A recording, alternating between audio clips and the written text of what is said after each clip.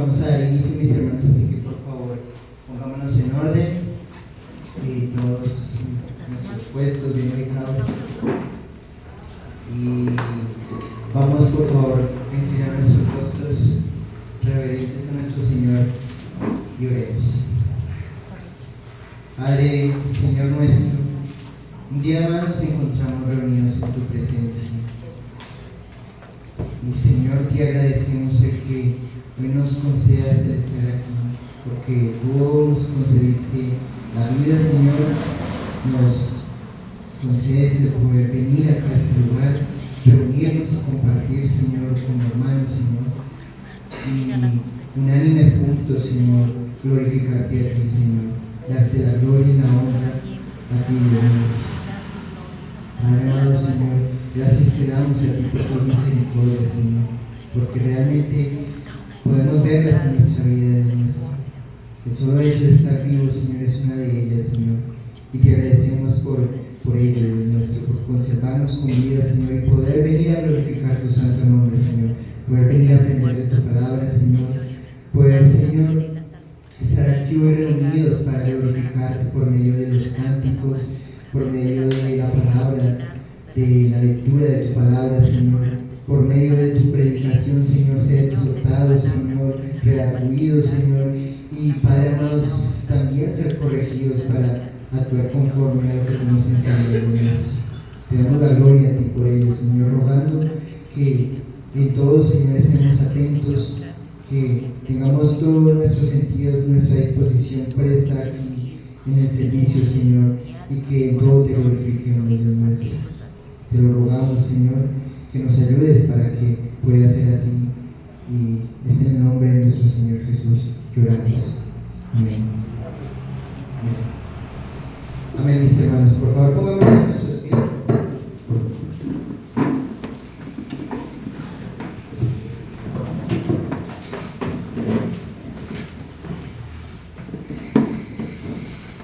Creo que con un signario o miren la pantalla.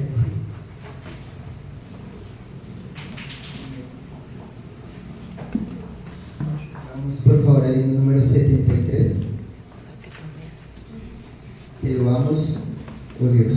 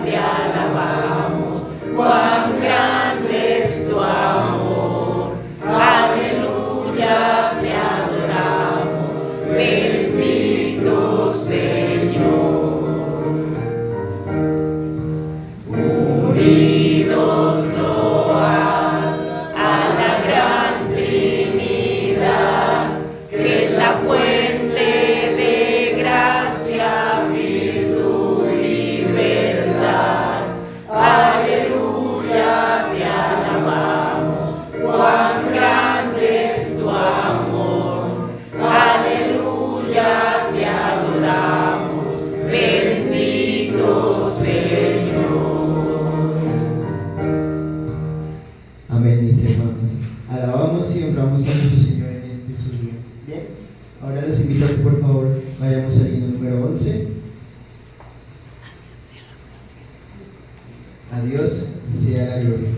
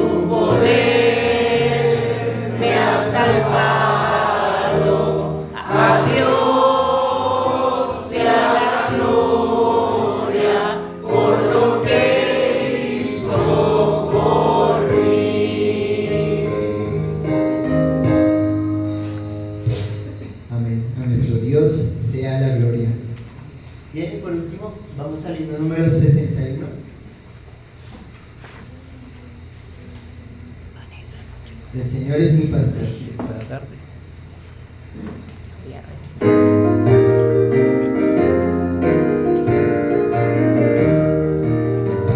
El Señor es mi pastor, nada pues me faltará. Entre pastos delicados me hará descansar. Junto a aguas de reposo siempre me pastoreará. El Señor es mi pastor, nada pues me faltará. Fortalecerá mi alma cuando débil yo esté, guiaráme por las sendas de justicia por amor. Aunque ande entre sombras, mal ninguno temeré. El Señor es mi pastor, nada pues me faltará. Con tu vara y tu callado siempre aliento me darás. Aderezarás mi mesa ante todo angustiador. Tú ungiste mi cabeza y mi copa llena está. El Señor es mi pastor, nada pues me faltará. Ciertamente sus bondades cada día gozaré. Y en la casa de mi Padre largos días moraré. Mientras tanto por su gracia este salmo cantaré. El Señor es mi pastor, nada pues me faltará. Amén, mis hermanos. ¿Pueden tomar sus asientos? Me invito a nuestro hermano Eduardo, encargado de la lectura, que responda la palabra.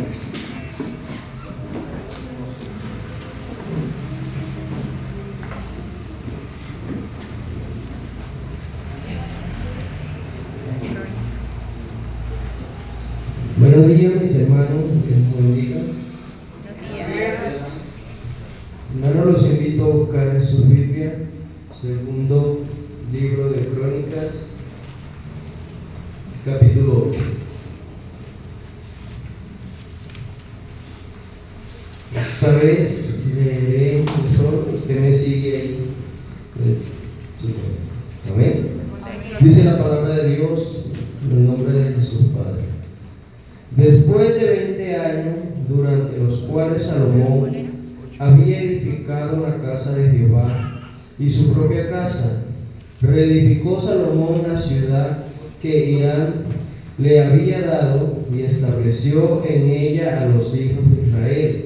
Después vino Salomón a Hamath de Soba y la tomó y edificó a Tacmor en el desierto y a todas las ciudades de aprovisionamiento que edificó en Hamath. Asimismo reedificó a Bet-Horón, la de arriba, y Bet-Horón, la de abajo, ciudades fortificadas con muro, puertas y barras, y a Baalat y a toda la ciudad de provisiones que Salomón tenía, también todas las ciudades de los carros y la de la gente de a caballo, y todo lo que Salomón quiso edificar en Jerusalén, en el Líbano y en toda la tierra de su dominio. Y a todo el pueblo que había quedado de los heteos, amorreos, fereceos, heveos y jebuseos, que no eran de Israel, los hijos de los que habían quedado en la tierra después de ellos, a los cuales los hijos de Israel no destruyeron del todo, hizo Salomón tributario hasta hoy. Pero de los hijos de Israel no puso Salomón siervos en su obra, porque eran hombres de guerra, y sus oficiales y sus capitanes y comandantes de sus carros y su gente de a caballo. Y tenía Salomón 250 gobernadores principales, los cuales mandaban sobre aquella gente. Y puso Salomón a la hija de Faraón de la ciudad de David la casa que él había edificado para ella, porque dijo: mi mujer no morará en la casa de David, rey de Israel, porque aquellas habitaciones donde entrado el arca de Jehová son sagradas.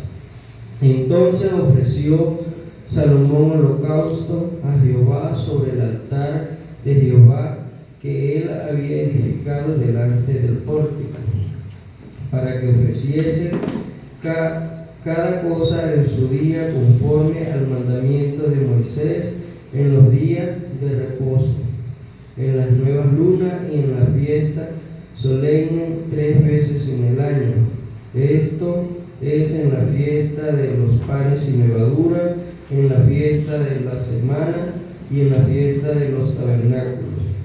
Y constituyó los turnos de los sacerdotes en sus oficios, conforme al ordenado por David su padre, y los levitas en su cargo para que alabasen y ministrasen delante de los sacerdotes, cada cosa en su día. Asimismo los porteros por su orden cada puerta, porque así lo había mandado David, varón de Dios. Y no se apartaron del mandamiento del rey en cuanto a los sacerdotes y los levitas y los tesoros y todo negocio, porque toda la obra de Salomón estaba preparada desde el día en que se pusieron los cimientos de la casa de Jehová hasta que fue terminada, hasta que la casa de Jehová fue acabada totalmente. Entonces Salomón fue a Esión-Geber y a Elot, a la costa del mar en la tierra de Edom, porque Irak le había enviado naves por mano de sus siervos y marineros diestros en el mar, los cuales fueron con los siervos de Salomón a Ofir, y tomaron de ella 450 talentos de oro y los trajeron al rey Salomón. Amén. Damos gracias a Dios por la palabra.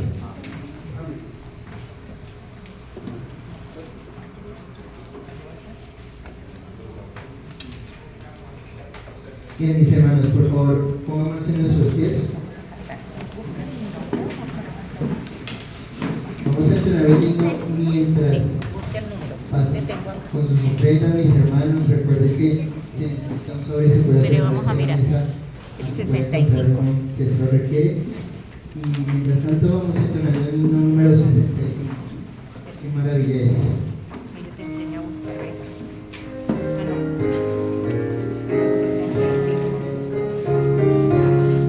65, mira. ¿Qué buscas? Mira la 65. Cuán hermosa es la luz del ocaso y precioso es el amanecer. Pero más glorioso es el gran amor que el Señor derramó en mi ser. ¡Qué maravilla es! ¡Qué maravilla es! Que el Señor me ama a mí. ¡Qué maravilla es! ¡Qué maravilla es! Que el Señor me ama a mí. Admirable la ciega abundante, las estrellas, la luna y el sol, pero más glorioso es el gran amor que me da nueva vida y perdón. ¡Qué maravilla es! ¡Qué maravilla es! Que el Señor me ama a mí. ¡Qué maravilla es! ¡Qué maravilla es! Que el Señor me ama a mí. Amén, mis hermanos. Es una gran maravilla que nuestro Señor y Dios nos ame. Bien, mis hermanos, pueden tomar sus asientos y invito a nuestro Mira, pastor. vayan en sobre. Bien así, bien.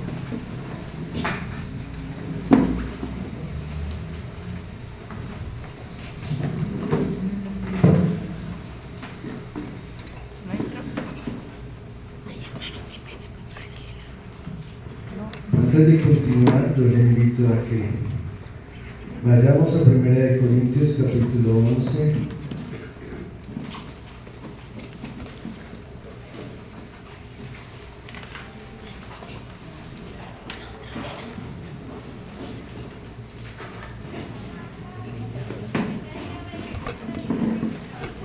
Dice la palabra del Señor.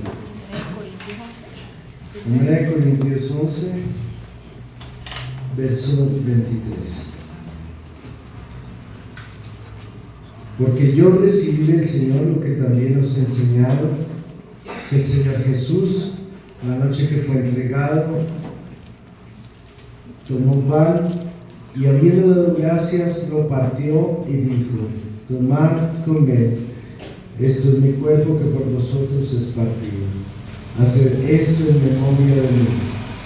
Asimismo tomó también la copa después de haber cenado, diciendo: esta copa es el nuevo pacto en mi sangre.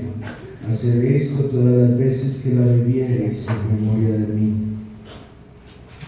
Vamos entonces a participar de la cena del Señor. Yo invito a los miembros de la iglesia que se pongan en pie para que puedan participar juntamente como un solo cuerpo de la obra de Cristo. Repartamos por favor los elementos.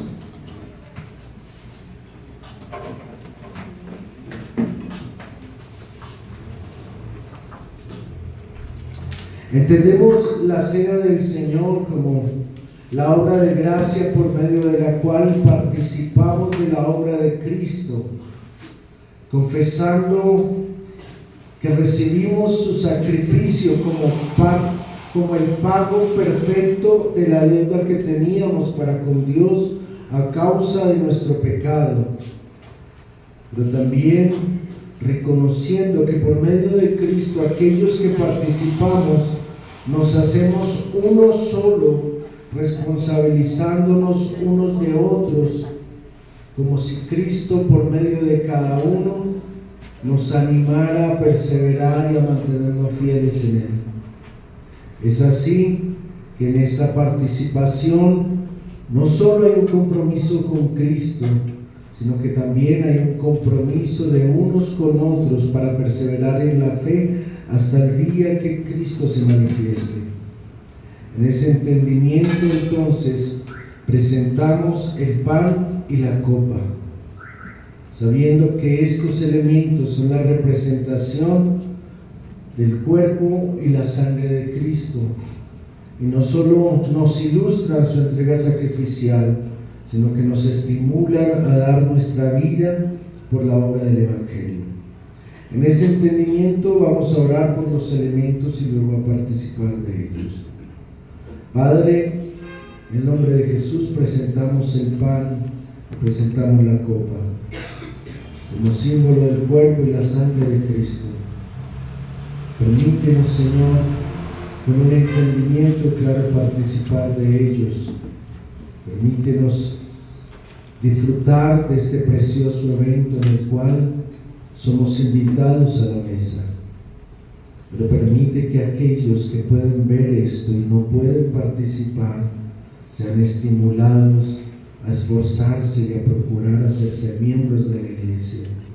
De manera que seas tú, Señor, llamándoles por medio de esta celebración para que afirmen su fe en ti y puedan en verdad corroborar que son hijos tuyos.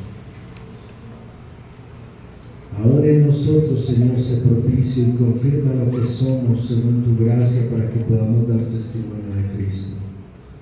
Por eso, en acciones de gracias presentamos el pan y la copa y participamos de ellos, Señor, confiando en la obra de Cristo que nos ayudará a perseverar hasta el fin. Te damos gracias, Padre, en el nombre de Jesús. Amén y amén. Participemos del pan.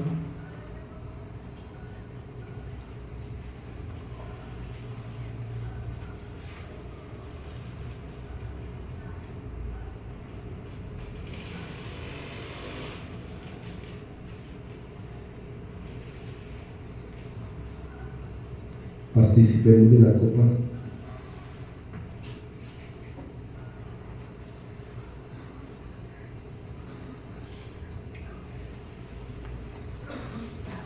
Todos juntos a la cuenta de 3.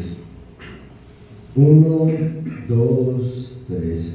Así pues, todas las veces que comiereis este pan y bebiereis esta copa, la muerte del Señor anunciáis hasta que Él venga.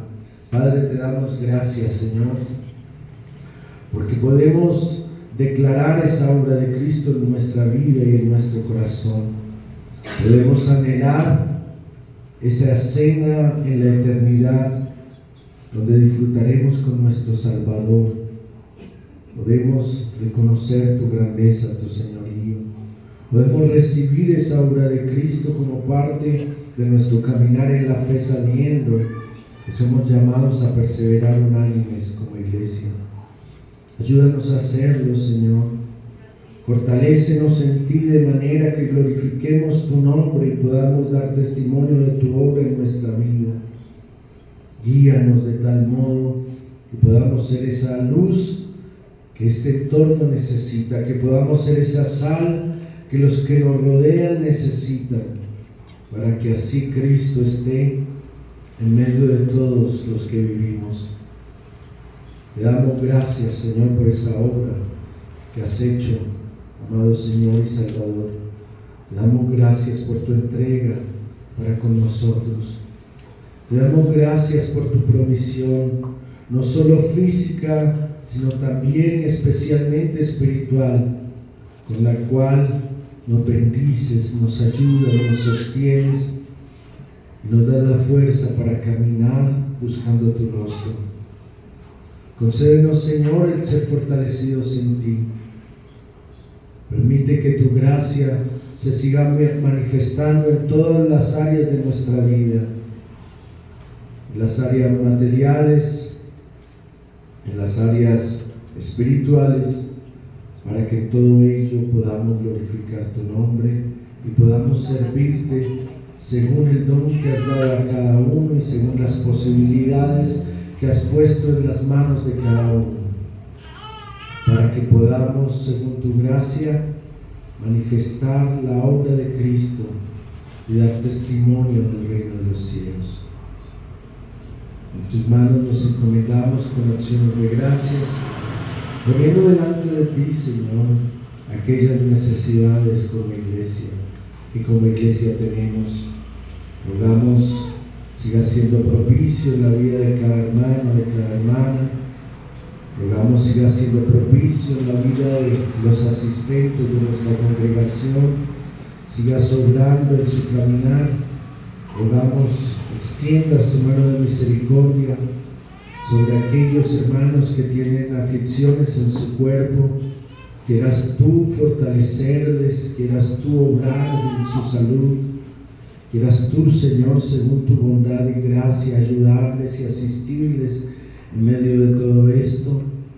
Rogamos, Señor, en aquellos que están haciendo ese curso de membresía, para que conforme a tu gracia los esfuerces, les ayudes, les des sabiduría, les confirmes en tu verdad y les permitas, Señor, dar ese paso de fe para hacerse miembros.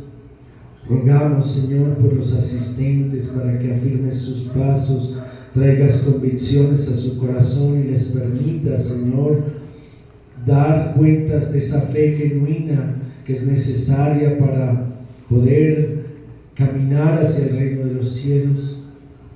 Rogamos, Señor, nos siga siendo propicio en todos nuestros asuntos, para que en todo, por favor, podamos dar gloria a ti, podamos ser esforzados y podamos dar testimonio de Cristo.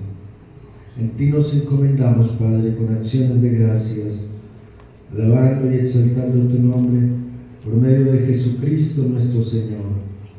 Amén y amén. Pongámonos en pie, por favor.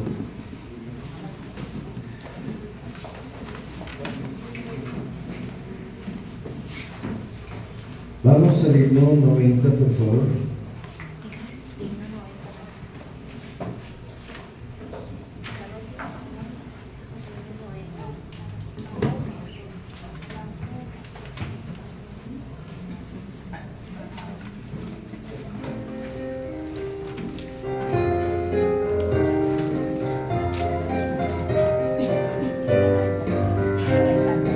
Te exaltaré, mi Dios, mi Rey, mi bendito.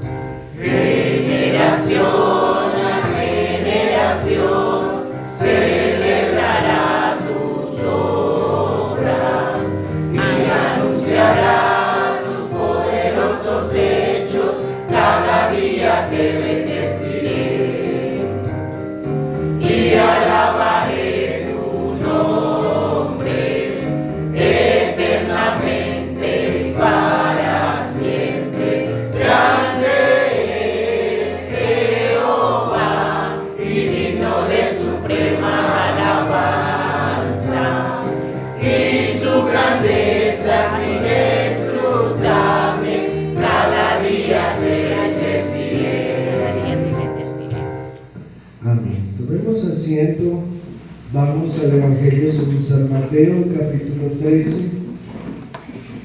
Continuamos con la serie de enseñanzas que venimos desarrollando del Evangelio según San Mateo. Y vamos al verso 24. Vamos a leer del verso 24 al 30 y luego pasamos del 36 al 43. Yo voy a leer a favor de todos y luego oramos.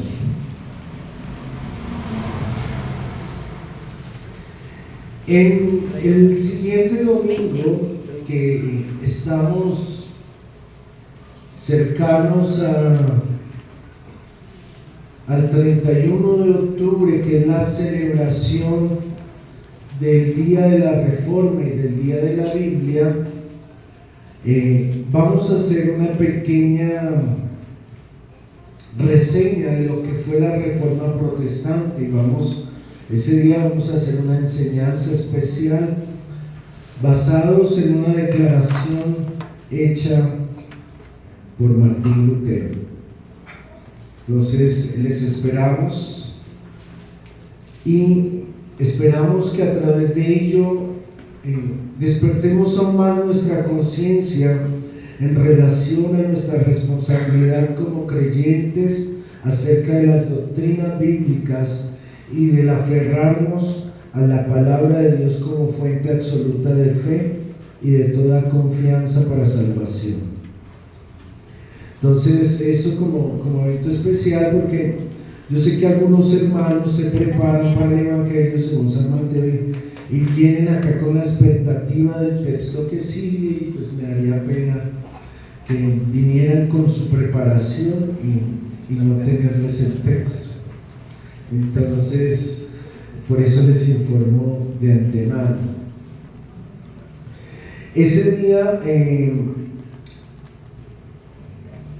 vamos a estar acá reunidos todo el día. Sin embargo, vamos a tener una reunión especial con los miembros por causa de que a partir de este mes ya no nos volvemos a reunir de manera para tratar asuntos hasta el mes de enero. En el mes de enero sí vamos a invitar a todos, porque ese mes, iniciando enero, la iglesia presenta un informe de todo lo que transcurrió en el año inmediatamente anterior. En ese caso sería el 2025. Presentamos un informe de las finanzas que le va a pedir el favor a la hermana encargada, con la ayuda de algún hermano o hermana, para que nos hagan una presentación acerca de las finanzas de la iglesia, cuánto se recoge, cuánto se designa para arriendo, cuánto se designa para servicios, cuánto se designa para el pastor, para que todo el mundo conozca. Esta información es una información abierta, ¿sí? Para que todos la conozcamos y veamos a partir de ello qué compromisos debemos asumir. Entonces, todo esto es importante, porque luego vienen, ese día es un día arduo porque hay que tomar decisiones, y vienen, pues, cómo vamos a proyectar el nuevo año, porque ustedes saben que nosotros en el año realizamos 1 o 2 salidas como iglesia fuera de la ciudad, donde estamos juntos, donde interactuamos. Entonces los hermanos van a descansar, yo trabajo más, pero eso no es obstáculo para hacerlo, ¿sí? Entonces es una bendición que podamos tener esos espacios de comunión. Además, lo hacemos pensando en que los hermanos se preparen y organicen sus agendas para que puedan tener esos tiempos donde como iglesia somos formados, ¿sí? Y donde podemos conocernos mejor, ¿cierto? Ya en un ambiente más natural nos damos cuenta cómo es cada uno en diferentes espacios, y eso es bueno y saludable. Entonces, esto para que entendamos por qué la razón de que no, ese día, o sea, en 8 días el almuerzo va a ser cerrado para los miembros, y además porque ya a partir, si Dios permite, de mediados de noviembre empiezan a venir predicadores. Es decir, vienen el martes tuvimos acá reunión de pastores de la fraternidad pastoral a la que yo pertenezco, no porque no pueda pertenecer a más, solo que no tengo el tiempo para hacerlo. Yo tengo otras invitaciones, pero no puedo por tiempo, a 2 grupos más de iglesias bíblicas, pero pues lamentablemente no puedo hacerlo por causa del trabajo y las demás responsabilidades.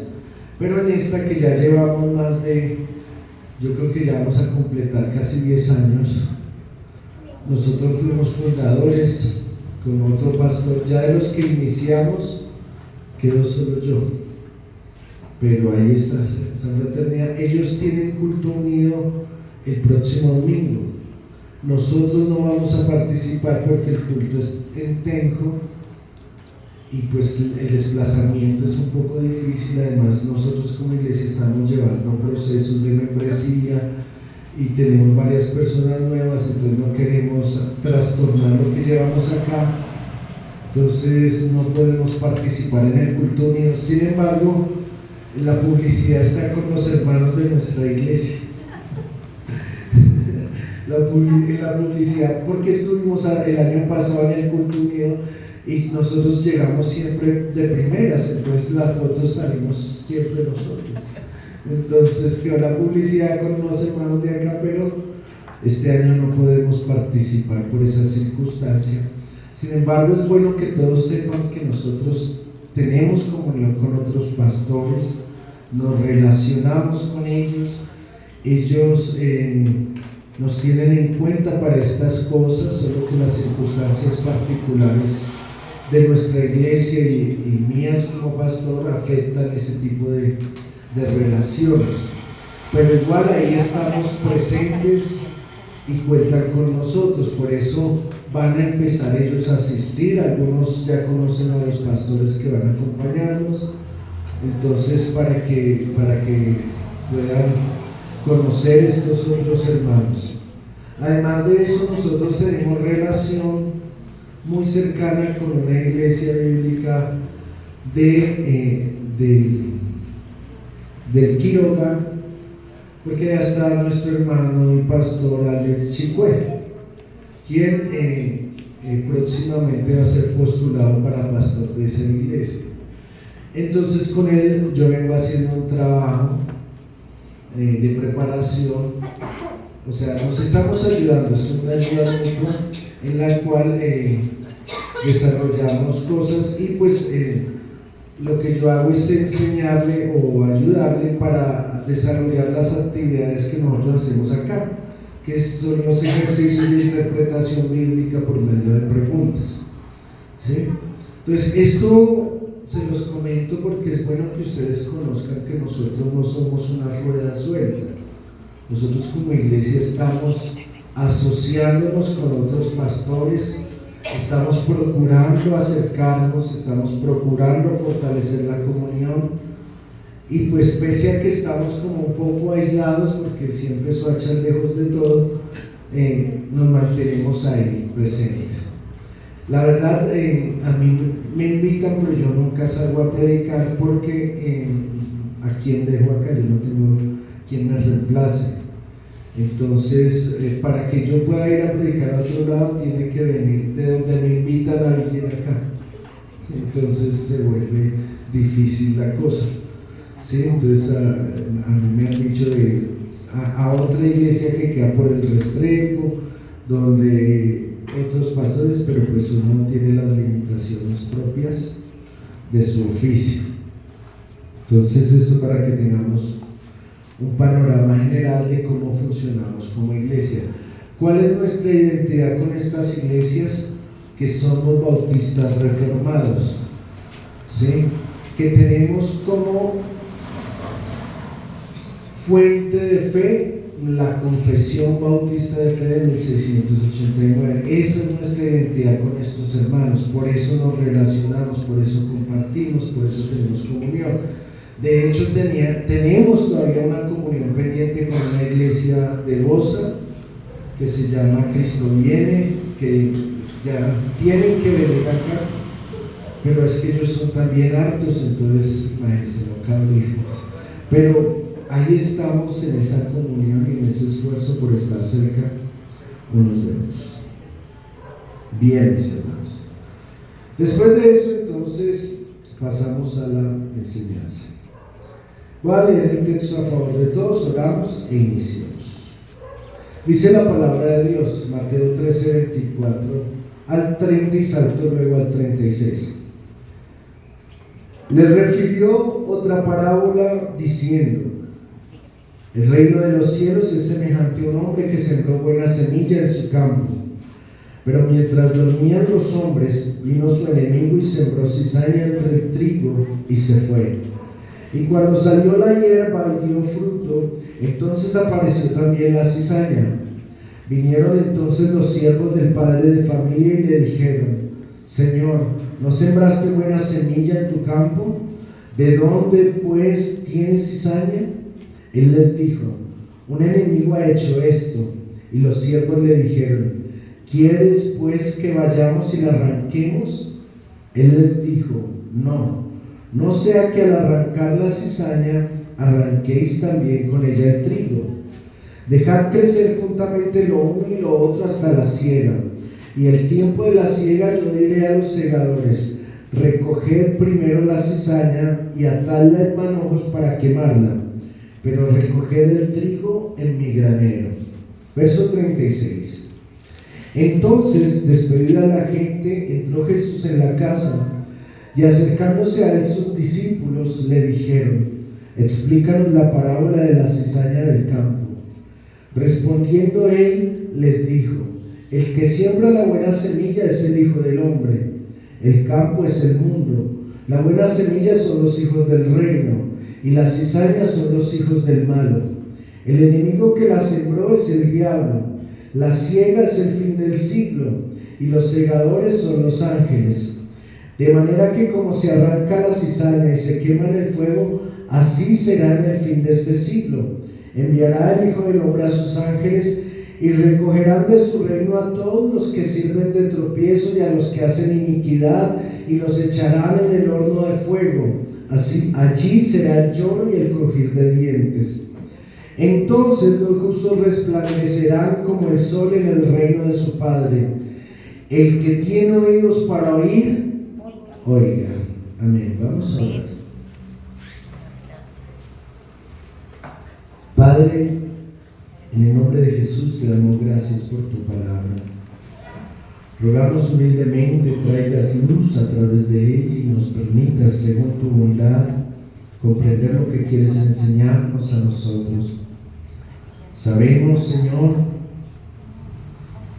de que solo tú puedes obrar y aclarar tu palabra en nuestro corazón, por lo cual rogamos hagas esa obra con tu Espíritu, de manera que cada uno de nosotros pueda recibir la buena semilla.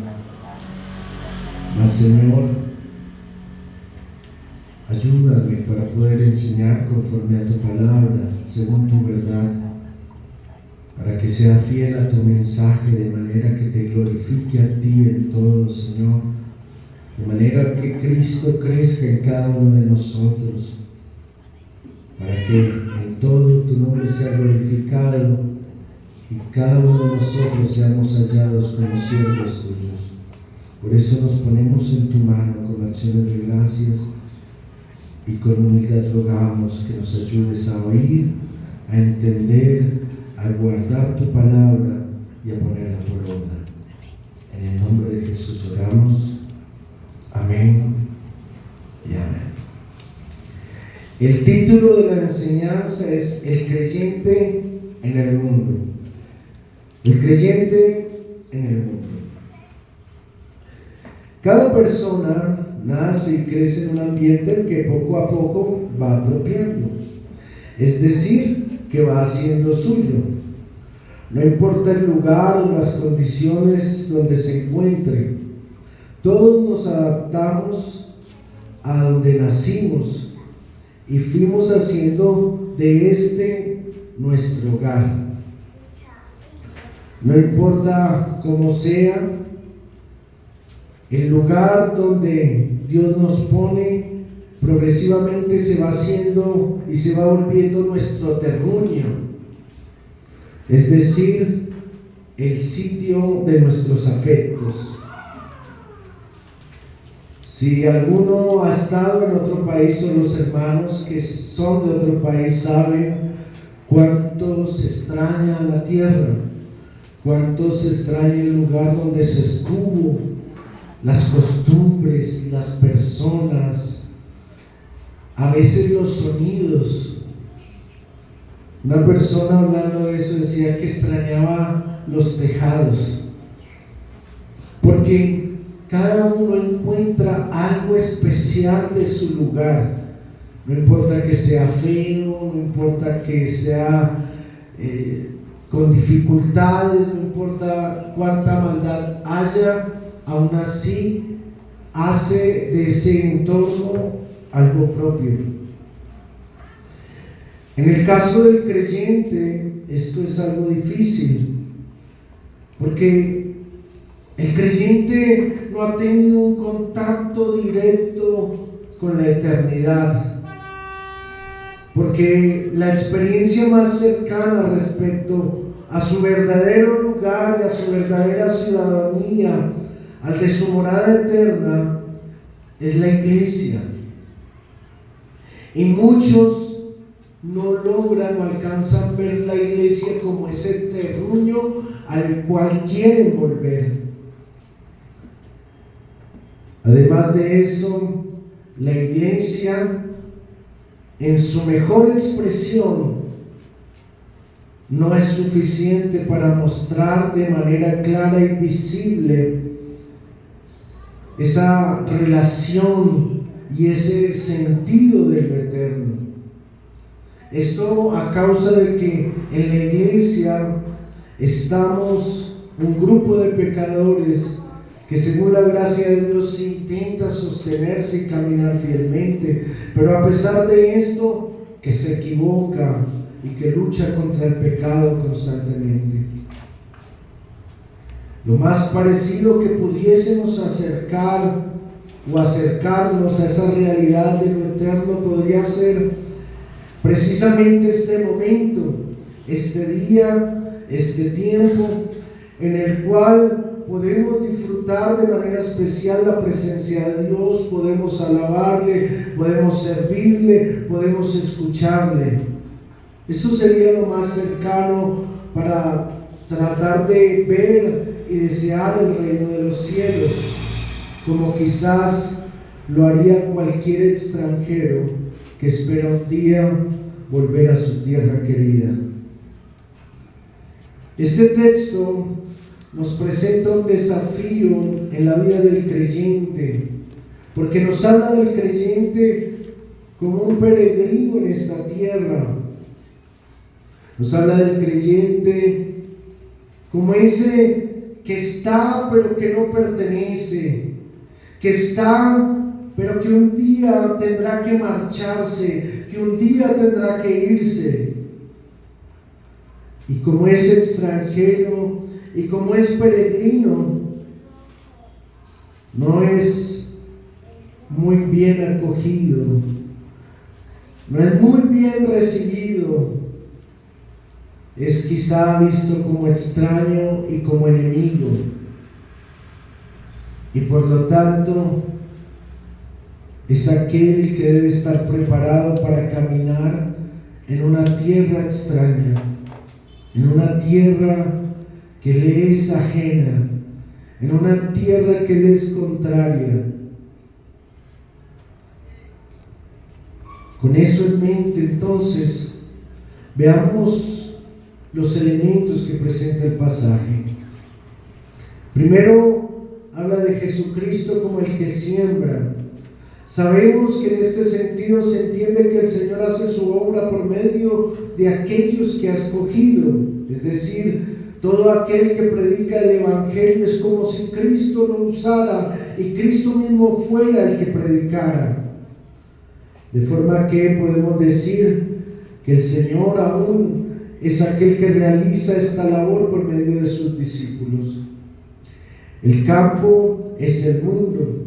Y aquí es importante una aclaración, porque muchos creyeron que el campo era la iglesia, y no, la iglesia es un elemento que está dentro del mundo, pero no es el mundo, ni hace parte del mundo.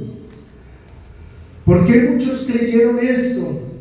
Porque a causa de la contaminación de algunos, entonces se asumió que se debía recibir a todo el mundo en la iglesia, que se debía acoger y que no importaba su condición o su pecado.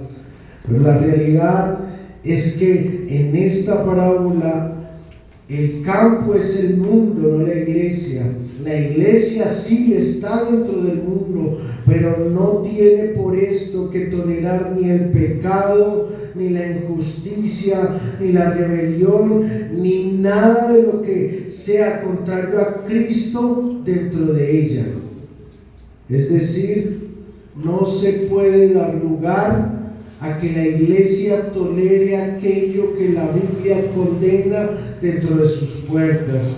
Simplemente se puede decir que la iglesia está siendo parte del mundo sin ser del mundo, y que ella no puede descuidar sus responsabilidades a pesar de que hace parte del mundo. Eso nos lleva a entender que no podemos como iglesia descuidar, menospreciar o desestimar la pureza, la santidad y el cuidado de la disciplina correctiva de cada uno de nosotros como creyentes.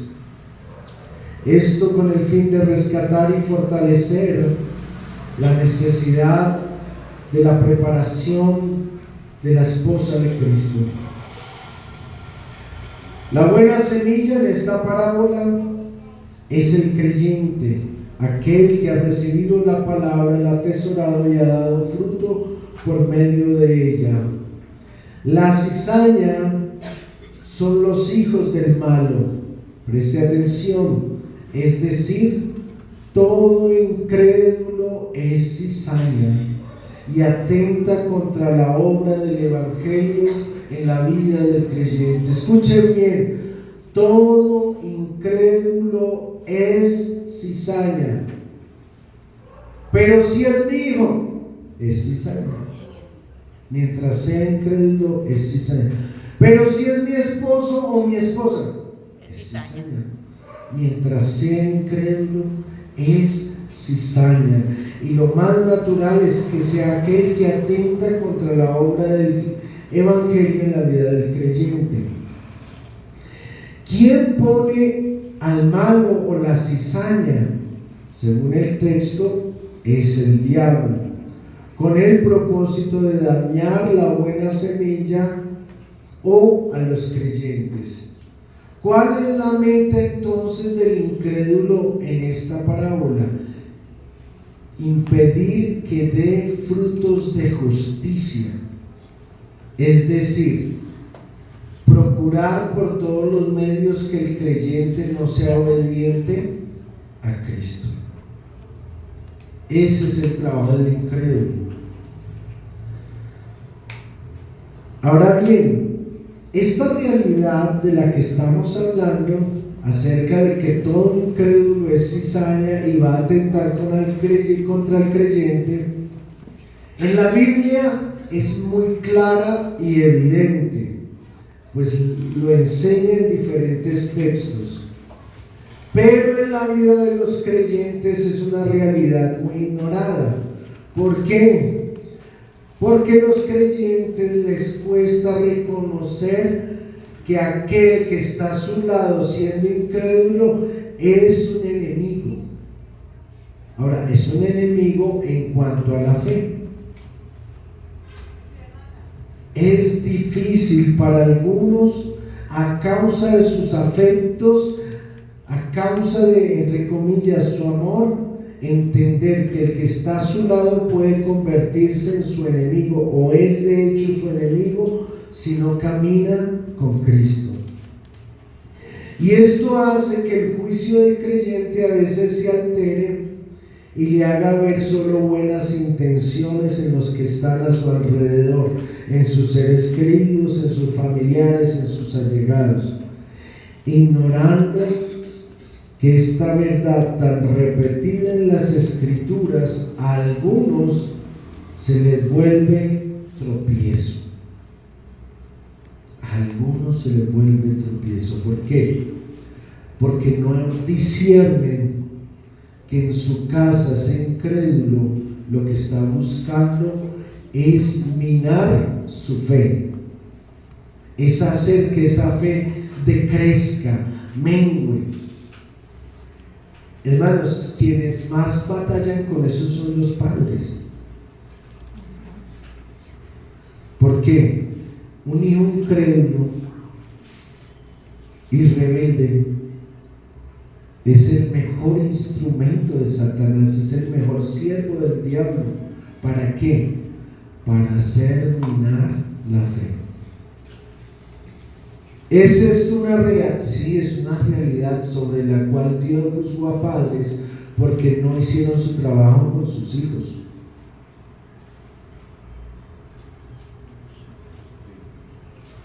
Entonces note la gravedad de este asunto.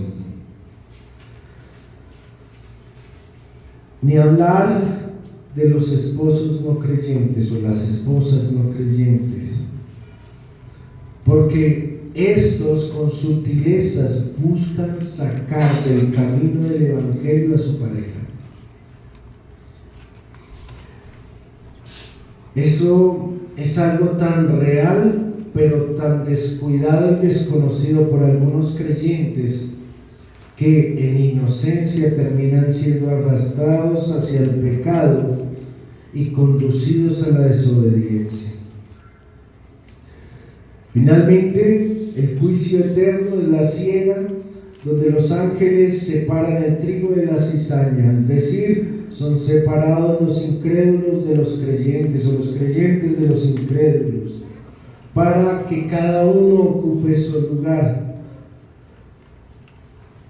Los creyentes pues van a donde su Padre, y los incrédulos al lugar donde será el lloro y el crujir de dientes. Eso dice el texto.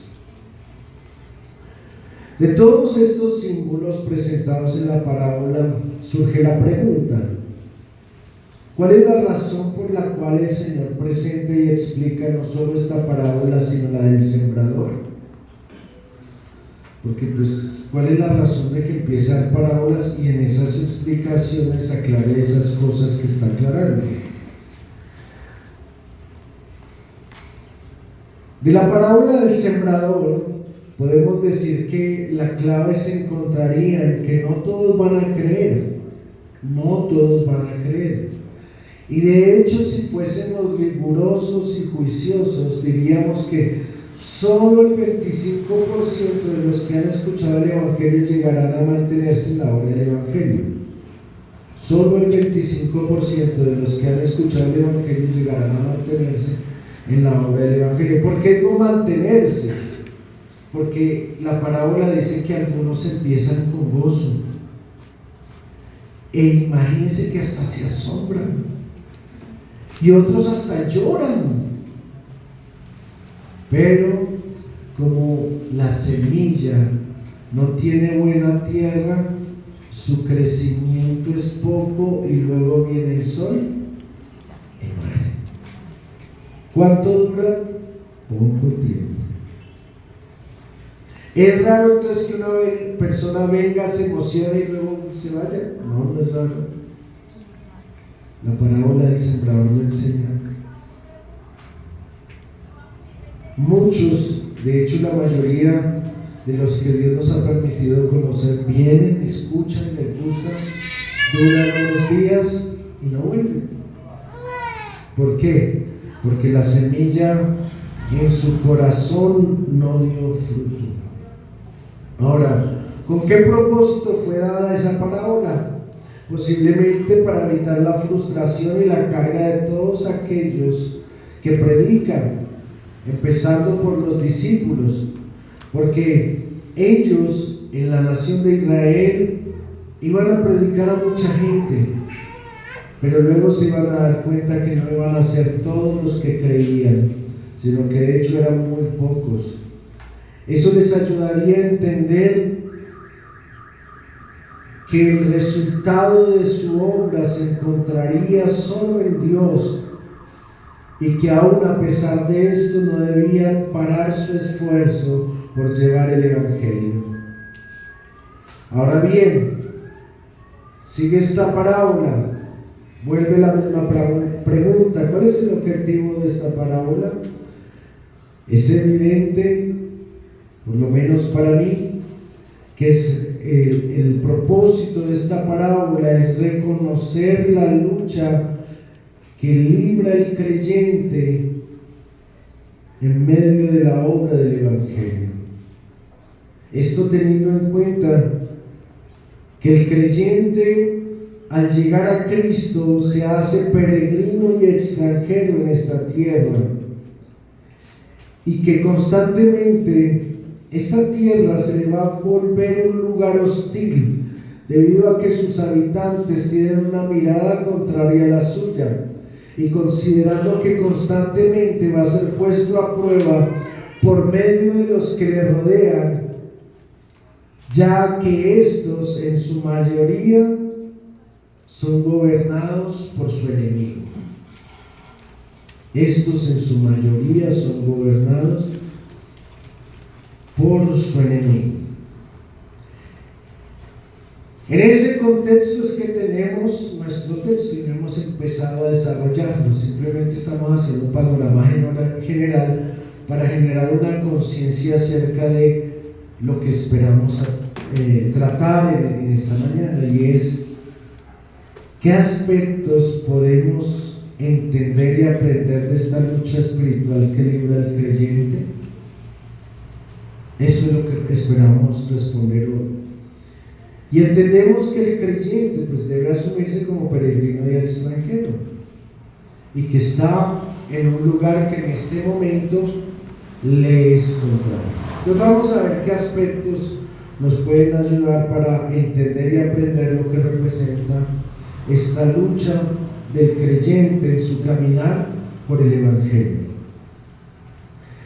El primer aspecto que podríamos identificar es el siguiente: el creyente se va a desarrollar en un ambiente adverso. El creyente se va a desarrollar en un ambiente adverso. Eso es lo primero que podemos ver en el texto, porque nos damos cuenta que de cualquier manera el enemigo va a poner a sus siervos a trabajar alrededor de la vida del creyente.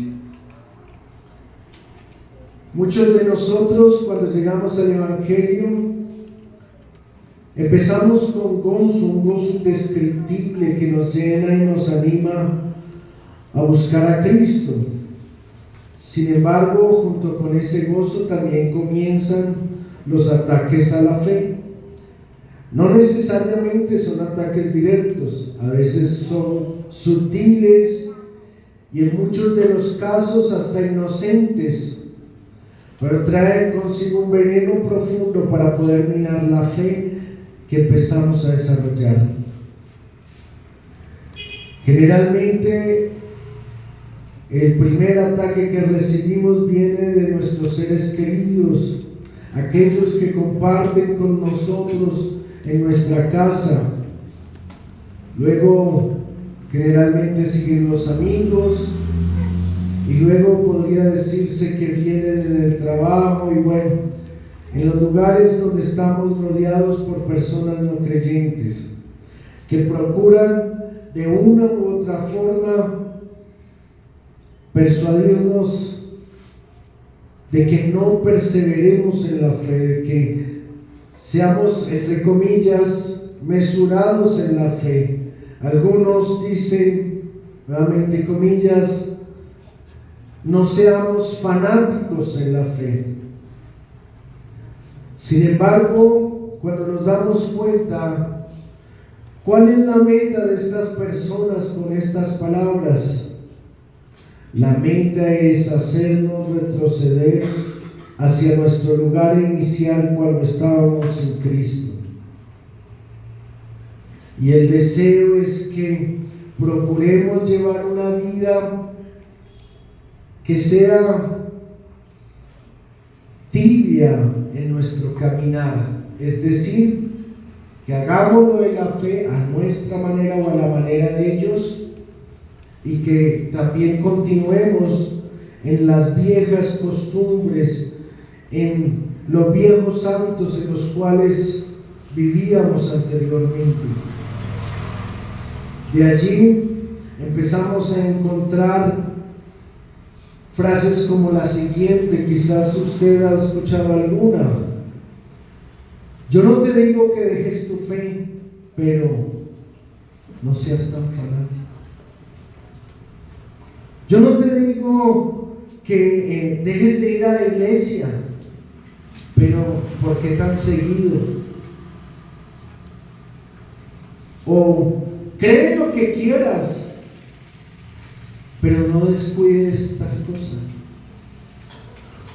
O no te vuelvas, y ahí usted puede usar muchos apelativos, no te vuelvas fanático, lambeladrillos, o bueno, quién sabe cuánta más cantidad de cosas podrían decir. Y a veces usan frases también como esta: ¿de qué le sirvió a tal ir tanto a la iglesia? O mire a aquel que iba y mire ahora cómo está. O mire este que va a la iglesia pero no es igual a como donde usted va. Todas estas frases en su mayoría están cargadas de una intención que persigue el poder hacernos devolver en nuestro caminar en la fe. Mucho más si nuestra fe es firme y determinada. Si usted es inconstante, en la iglesia es un torero que viene por temporadas, es una persona que no comenta nada de Cristo, que viene y sigue igual como antes, pues nada de esto le va a pasar, porque usted ya está en el lugar donde nuestro enemigo quiere. ¿Cuál es ese lugar? Aquel donde usted no tiene frutos. ¿Y por qué el enemigo quiere que el creyente no tenga frutos? Porque todo árbol que no lleva fruto es cortado y echado en el fuego, entonces ya no tienen sus garras. Porque Satanás tiene como propósito hundir a todo el que pueda, porque él no se va a ir solo. Se va para el infierno, pero se va a arrastrar un poco. Quizás alguno ya está caminando con Satanás para ese mismo lugar. Pero debe saber que de continuar así va a perder su esperanza, porque la paciencia de Dios tiene límites. Si bien es cierto, Dios es paciente, tardo para la ira y grande en misericordia, eso no significa que deje al hombre vivir en su rebeldía para siempre. Lo que significa es que sigue dando la oportunidad para el arrepentimiento, y aquel que no lo entiende es el que juega con la fe creyendo que nunca van a venir por su alma. Pero déjeme decirle, sí van a venir por su alma. Usted no sabe cuándo, yo no sé cuándo, pero va a llegar un día, y en ese día ya no habrá más oportunidad. La oportunidad es hoy. Entonces despertemos a esa realidad. ¿Por qué? Porque si en verdad alguno camina con Cristo, sabe que el mundo le es adverso y que, como dijo Cristo, el mundo le hace tener aflicción. Una persona que vive cómoda en su estilo de vida es probable que no esté caminando con Cristo. ¿Por qué? Porque no está viviendo las marcas de Cristo en su vida, y parte de esas marcas se relacionan con las aflicciones. Entonces, lo primero es eso: el creyente se va a desarrollar en un lugar adverso, en un mundo adverso. Si alguno espera venir a Cristo y parar de sufrir, pues este no es el lugar. El Evangelio no es el camino. La herejía posiblemente, ¿sí? Porque hay una iglesia que no es de Cristo, que decía eso: pare de sufrir. Bueno, allá no entienden el Evangelio, porque fue Cristo el que dijo: en el mundo tendréis aflicción. Y si usted le dice no tenga sufrimiento, entonces ¿qué le están diciendo? No camine con Cristo. No de manera directa, de manera indirecta.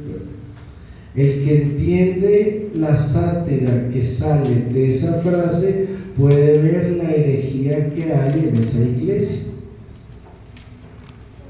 Entonces, es muy probable que muchos se engañen pensando que la vida en Cristo es una vida de a ver, ¿cómo lo digo? Porque sí hay paz, pero es una vida sin luchas, sin desafíos, sin aflicciones. Quien piense esto se equivoca, porque el camino del creyente es el camino de la aflicción, por medio de la cual progresivamente se va conformando a Cristo y se va pareciendo más al Salvador.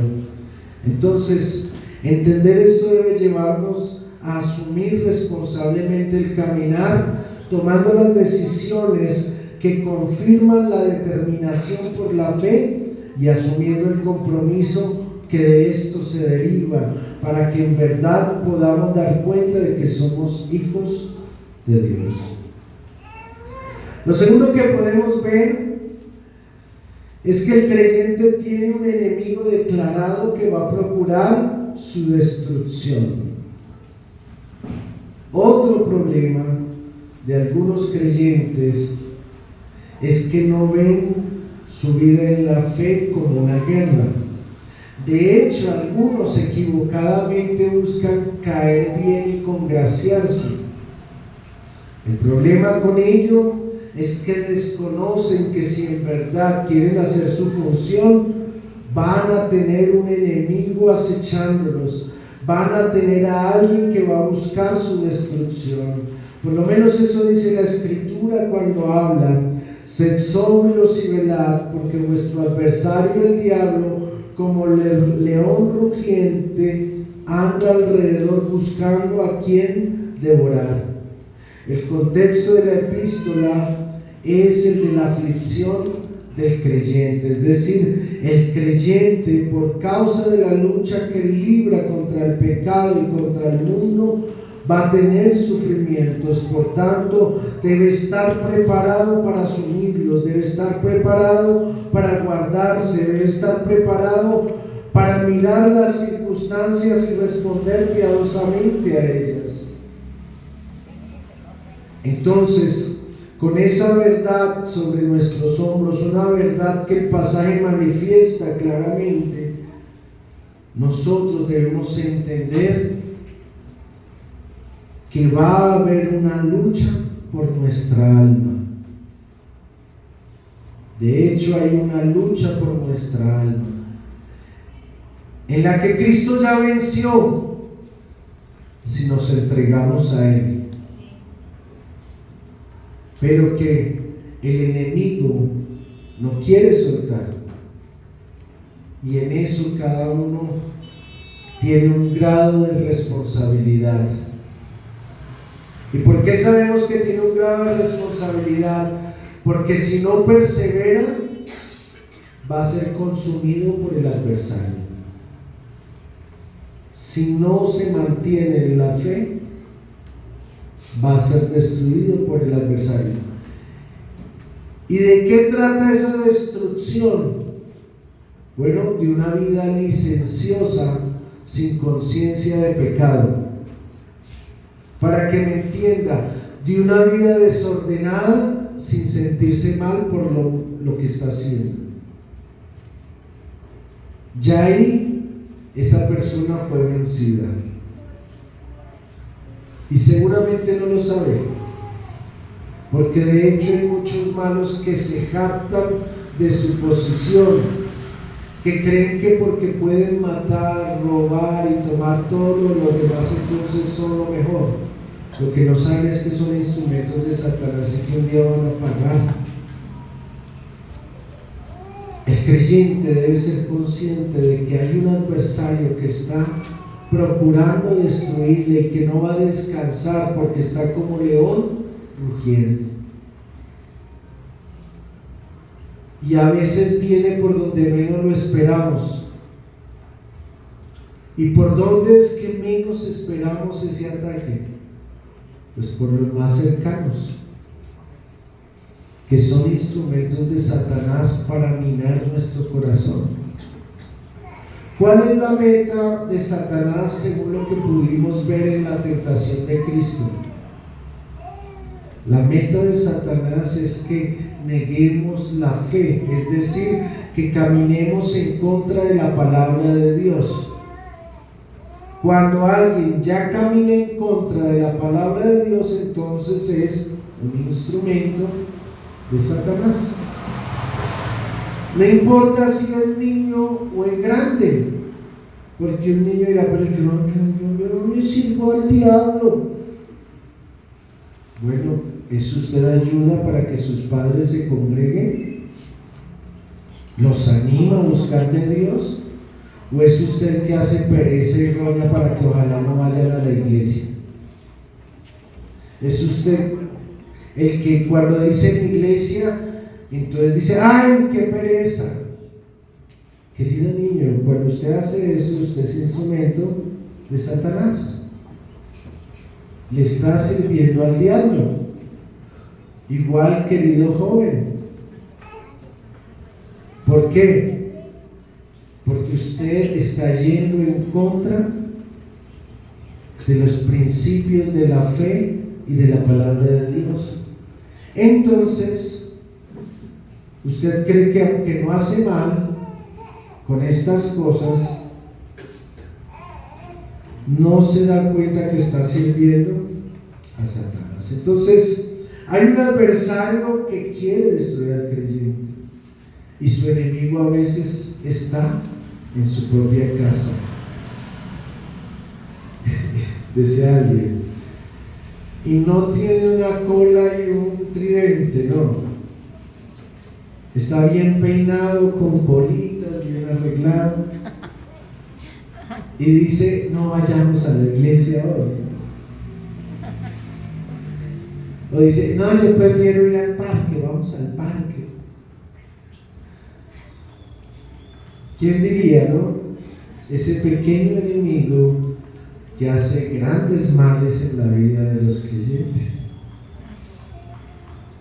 Y si acaso papá y mamá no disciplinan, no enseñan bien, cada día crece y se hace un diablo,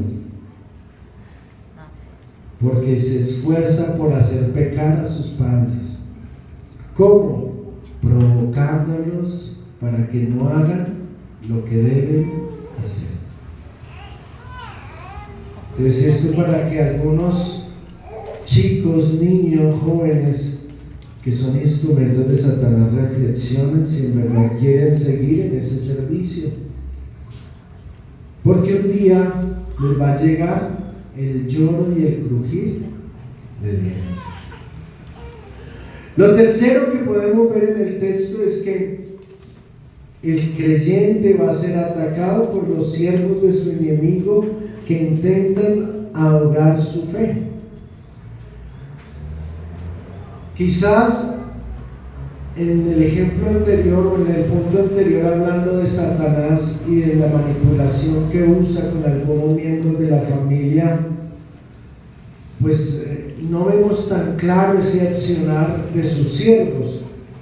Pero en otros contextos sí podemos ver claramente cómo Satanás usa a sus siervos para poder minar la fe de algunos. De hecho, la Escritura dice que se levantarán falsos cristos y falsos profetas y harán grandes señales y prodigios, de tal manera que engañarán, si fuese posible, aún a los escogidos.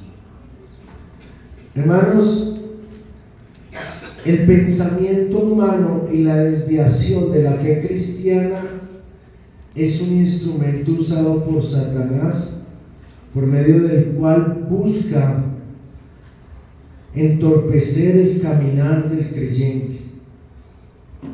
Y en esto aparecen muchos. A veces son amigos, a veces son familiares que dicen y piensan cosas que son contrarias a la Escritura.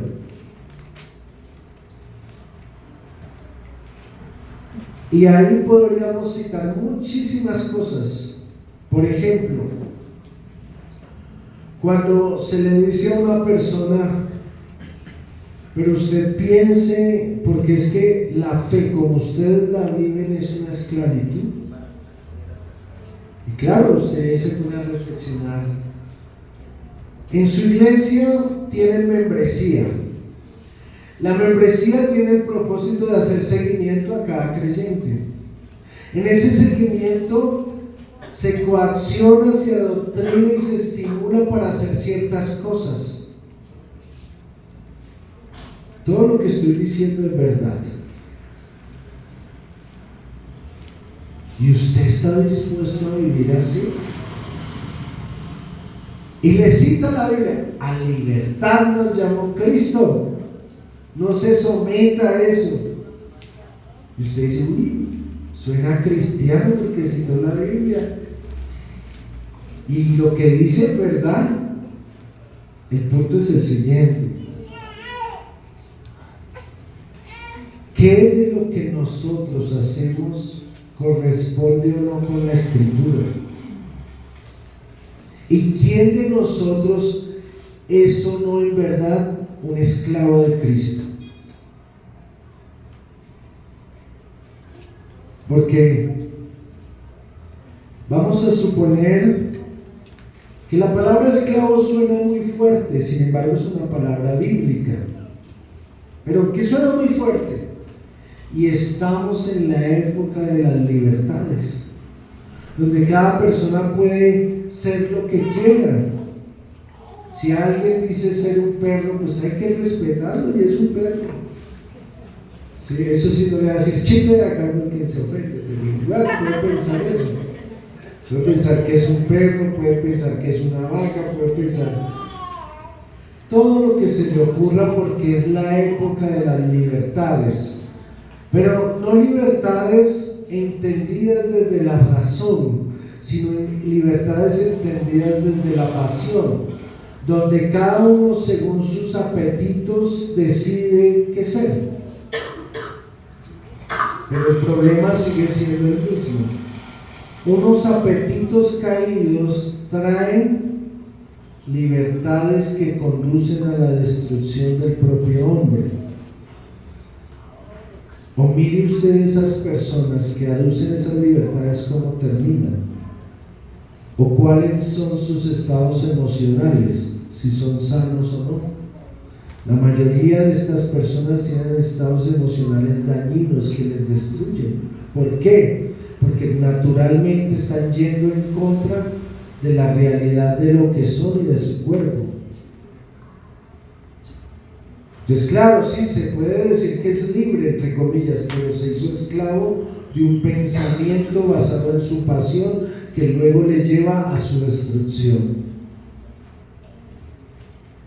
Y esa esclavitud, ¿a qué lo condujo o a qué conduce a las personas?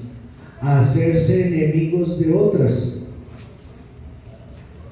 Porque usted no ha notado que aquellos que alegan inclusión son los más sectarios. Aquellos que reclaman derechos son los que más atropellan a los demás. Usted mire, en cualquier ámbito. Generalmente el que más reclama derechos es aquel que más busca atropellar a nosotros con tal de, entre comillas, preservar sus derechos.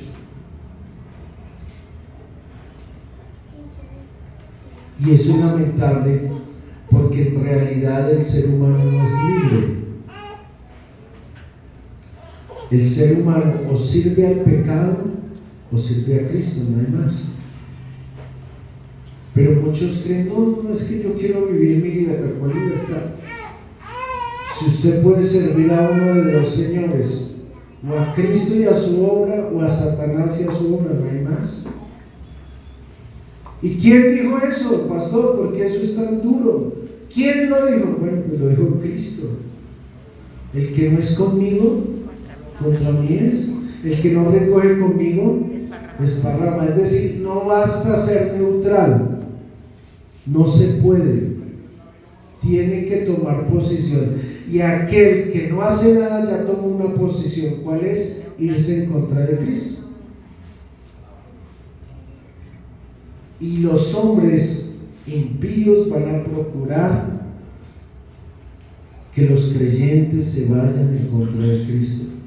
Y por eso van a hacer todo lo que sea necesario, ofreciéndoles posiciones, ofreciéndoles comodidades, ofreciéndoles placeres.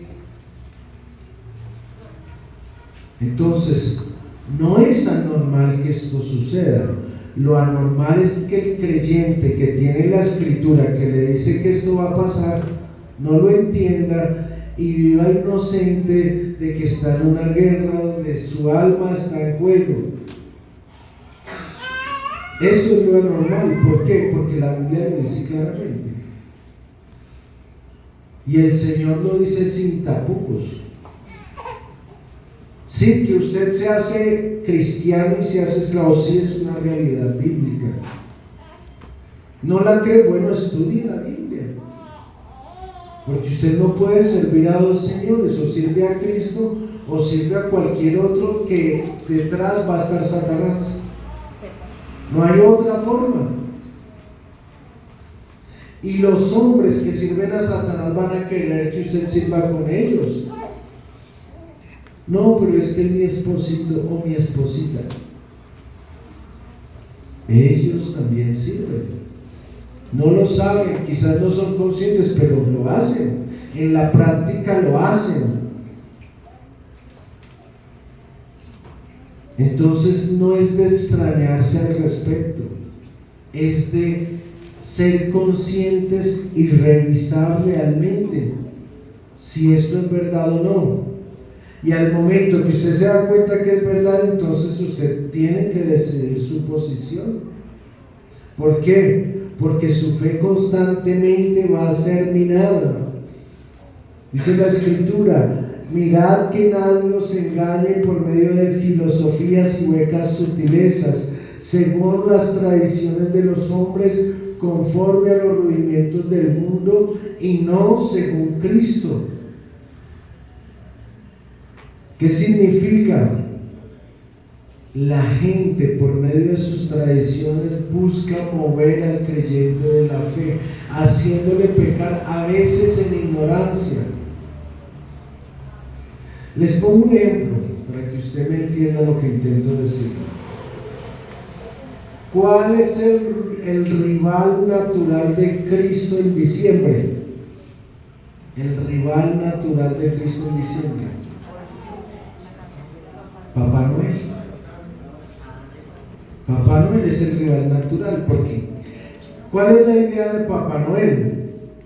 Pues es de un viejo bonachón que viene a traer regalos y le deja a todo el mundo así se porte mal.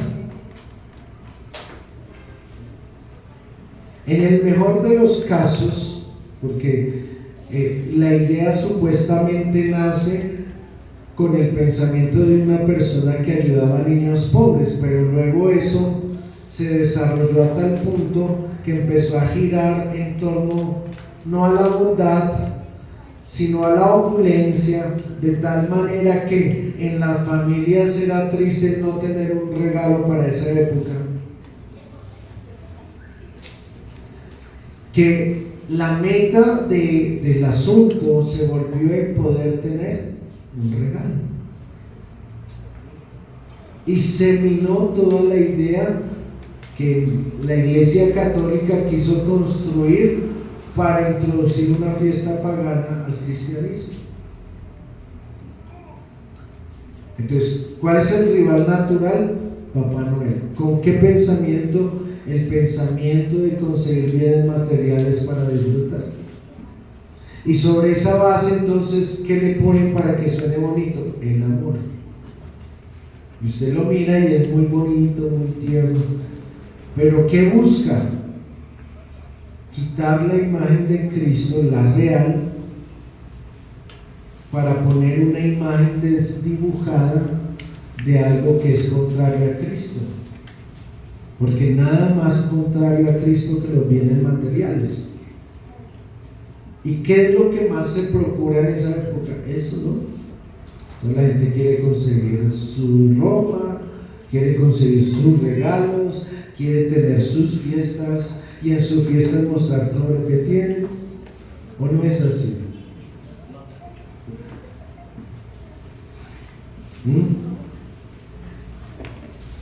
La mayoría hace eso.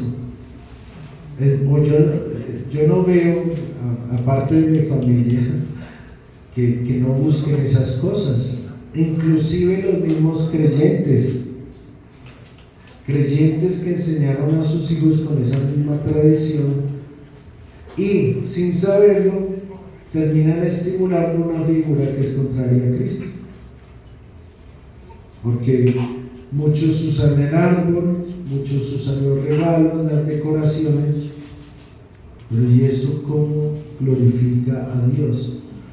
¿Cómo hace que Cristo crezca por la fe en el corazón de los que participan de esas cosas?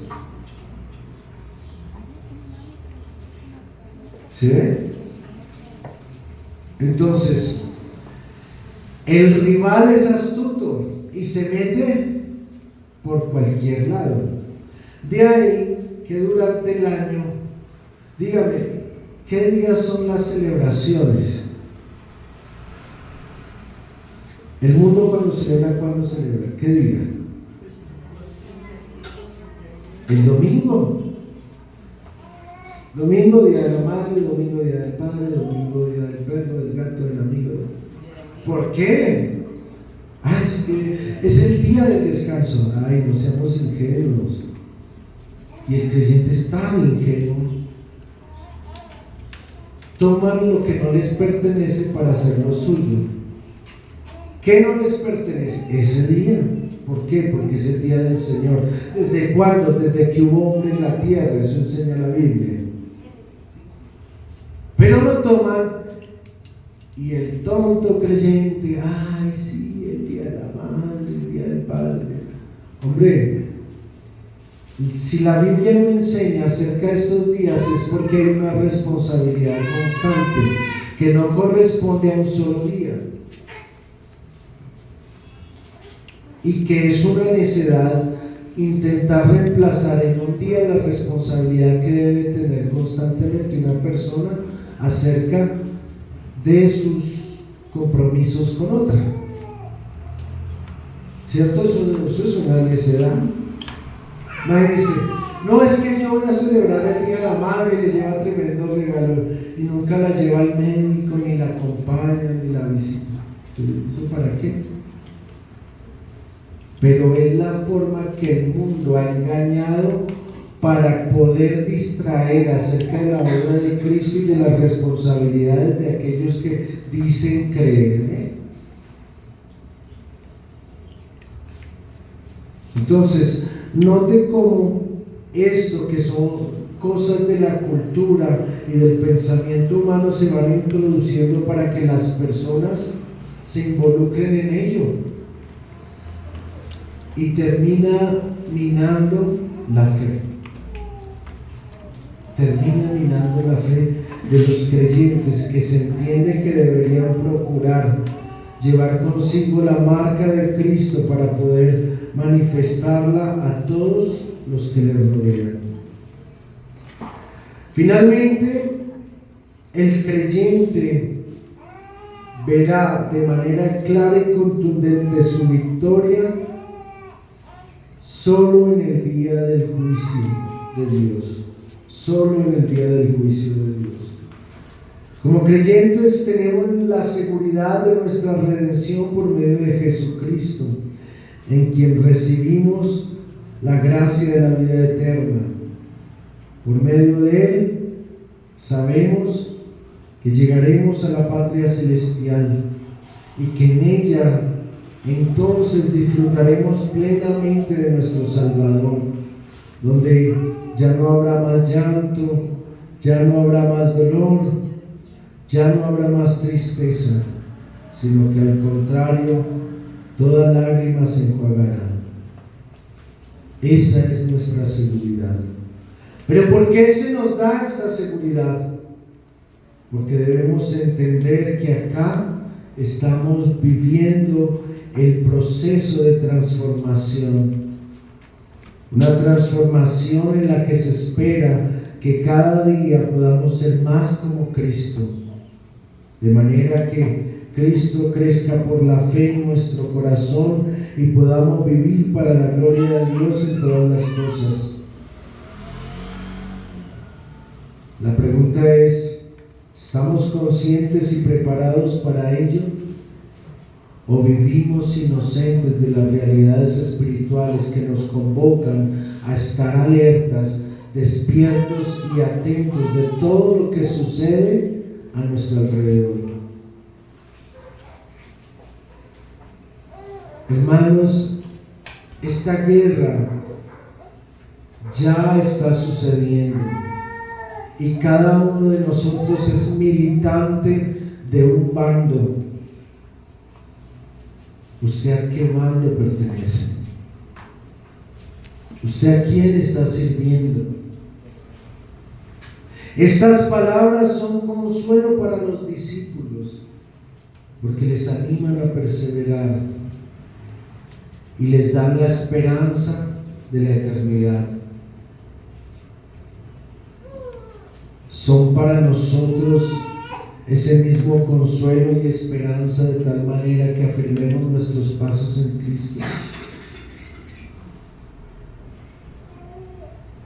O sencillamente nos acomodamos al sistema pagano, donde constantemente el enemigo busca minar nuestra fe, haciendo que nos devolvamos en la obediencia a Dios. ¿Quiere saber qué tantos frutos tiene usted? Pregúntese, ¿qué tanto estoy obedeciendo al Señor en lo que ya sé y he aprendido de su palabra? De acuerdo a su obediencia, esos son sus frutos. Por eso dice la Escritura, por sus frutos los conoceréis. ¿Es usted conocido como un creyente? ¿O simplemente es un simpatizante que sirve a Satanás, pero que se disfraza como cristiano? Que el Señor nos ayude en lo que vamos a orar. Padre, en el nombre de Jesús te damos gracias por tu palabra, gracias por la obra que haces a través de ella. Por favor, ayúdanos a entender, a meditar en estas cosas que nos sirven para ordenar nuestro camino y para vestirnos de las armas de la fe que nos has dado, para que por medio de ellas sepamos cómo luchar en medio de un lugar que nos es contrario. Ayúdanos, por favor, te lo rogamos, y encamínanos según tu verdad, para que podamos ser instrumentos de tu gracia, para que podamos manifestar correctamente a Cristo, para que podamos mostrar que pertenecemos a Cristo y que vivimos para Él.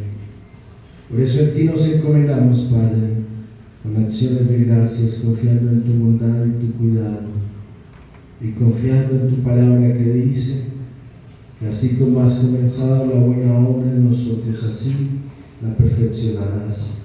En esa confianza descansamos, te hablamos y te exaltamos por medio de Jesucristo nuestro Señor. Amén y amén. Saludémonos, por favor, tenemos un proceso.